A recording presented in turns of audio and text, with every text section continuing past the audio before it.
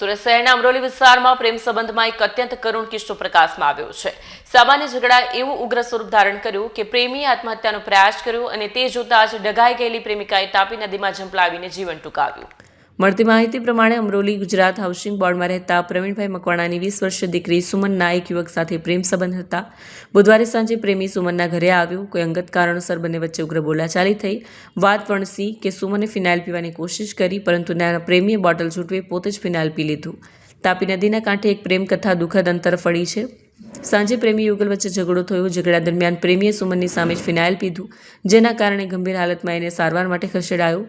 આ ઘટનાએ સુમનને માનસિક રીતે ભાંગી નાખી। રાત્રે તે ઘરેથી નીકળી ગઈ અને તાપી નદીમાં ઝંપલાવી દીધું।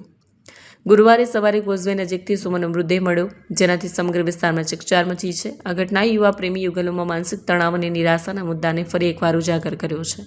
દીકરીના મોત સમાચાર સાંભળતા જ પરિવાર પાયમાલ થઈ ગયો છે। પિતા પ્રવીણભાઈની માનસિક સ્થિતિ કથળી છે।